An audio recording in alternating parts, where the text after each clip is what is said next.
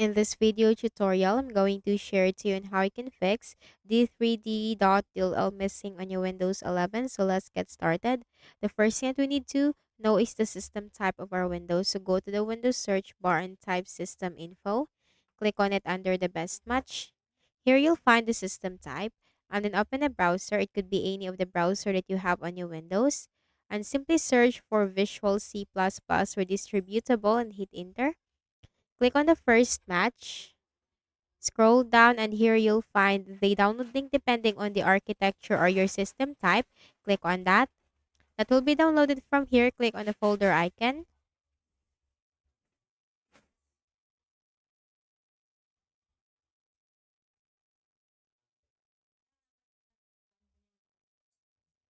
And then double click.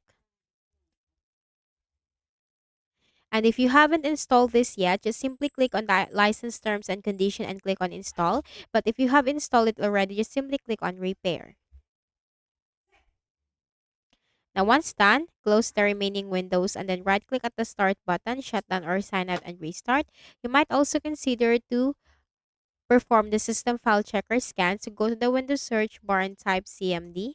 Click the option Run as Administrator in the right pane. Simply type SFC space / scan now. Scan now is just one word and no space in between. Hit enter. The system scan will begin to simply wait for the process to be 100% completed.